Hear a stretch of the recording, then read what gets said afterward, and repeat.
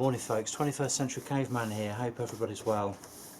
Beautiful day today, Friday the 8th of April I think it is. Got another day off. It's a beautiful day, so I thought I'd just finish painting this door. I was fitting the carpet in the spare bedroom yesterday, and it's one of those things whereby, you know, when you're doing something like that, you're concentrating, just doing something a little bit different. You know, your mind wanders. And I got to thinking that about, you know, my YouTube channel and about the stuff I do, and, you know, the reasons why I set the channel up and stuff like that. And you know, I get lots of comments from people. People send me messages. I talk to people, you know, friends, family, whatever, work colleagues, who express admiration for the stuff I do. And it's surprising how many people say, do you know what, I wish I could do what you do, but, you know, I can't do it. And it's surprising how many people say they can't do this, they can't do that. But when you get talking to them, it's even more surprising to learn that a lot of the time they haven't even tried. Now, I do plastering, carpentry, brickwork, tiling, lay carpets, basic electricity. There isn't really much I wouldn't, you know, try and turn my hand to, and which I can't turn my hand to, which turns out to be a pretty decent job. But the fact is that about 10 years ago, my DIY skills didn't extend much beyond being able to change a light bulb, and I'm serious about that as well. And I was in a situation whereby a long-term relationship of mine had ended, and I needed to move home, and obviously I had a lot on my mind. And in order to occupy myself, I decided to buy a house which needed renovating. So I bought this house, and it had been previously rented out. When I bought the place, there were, you know, beds in every room. You know, the place had been knocked about, it had been neglected, and it needed quite a bit of work doing to it. But obviously the price I bought it at reflected that. So anyway, bought this place, and pretty much straight away just got stuck into it. And you know, I just doing everything basically, and that's not to say that everything I was doing was perfect, or, you know, to the highest possible standard, because it wasn't. But the fact is, I was prepared to have a go. And prior to that time,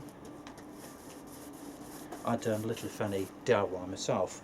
I'd always paid tradespeople to come and do it for me, because I thought that I wouldn't be able to do it. I thought I'd mess things up, and I thought that it'd be easier just to get the professionals in to do it for me. But what became clear very quickly was the fact that despite the fact that I was paying a lot of money to bring in a so-called professional to do the job for me, the finished result wasn't always as I expected, and sometimes the quality was far inferior to what I believed I could probably do myself if I was prepared to have a go.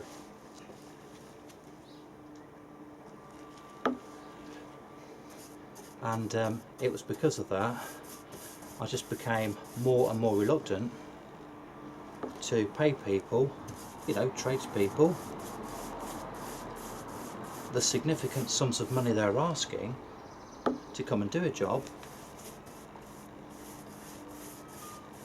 you know, with no guarantees of the finished result. And the thing is, it's alright people saying, yeah, you know, if there's a problem we'll come back.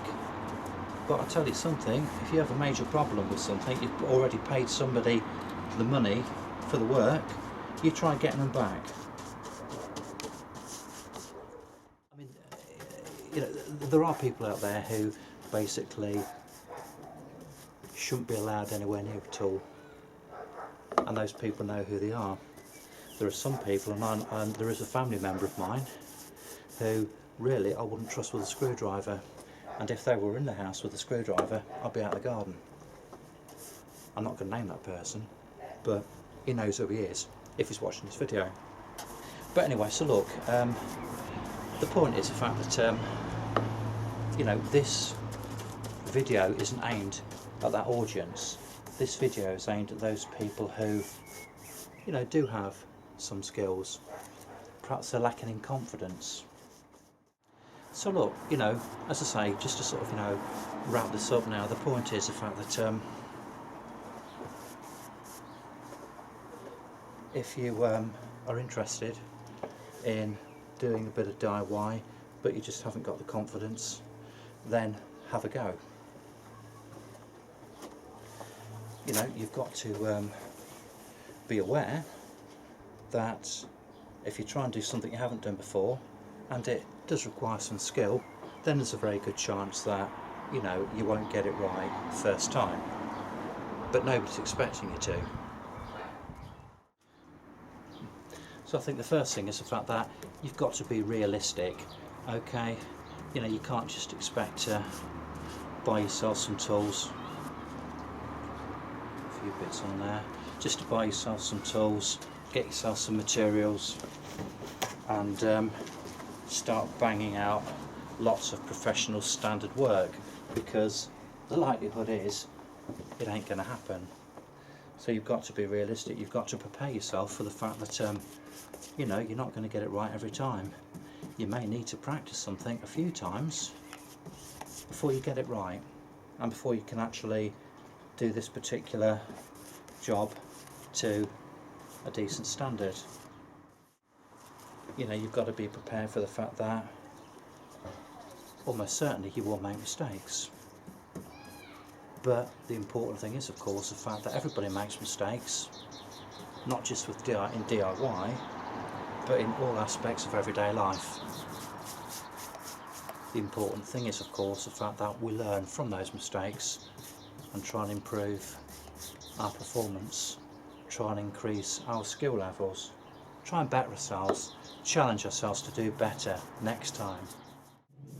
And I think the other thing is, for those of you who are prepared to have a go, who are prepared to, you know, try something a little bit different,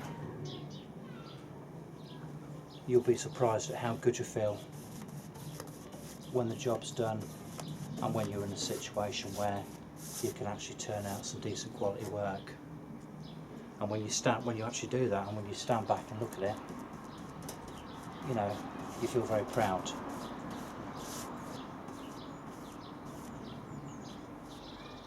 And then when you compute how much money you've saved, you're even happier.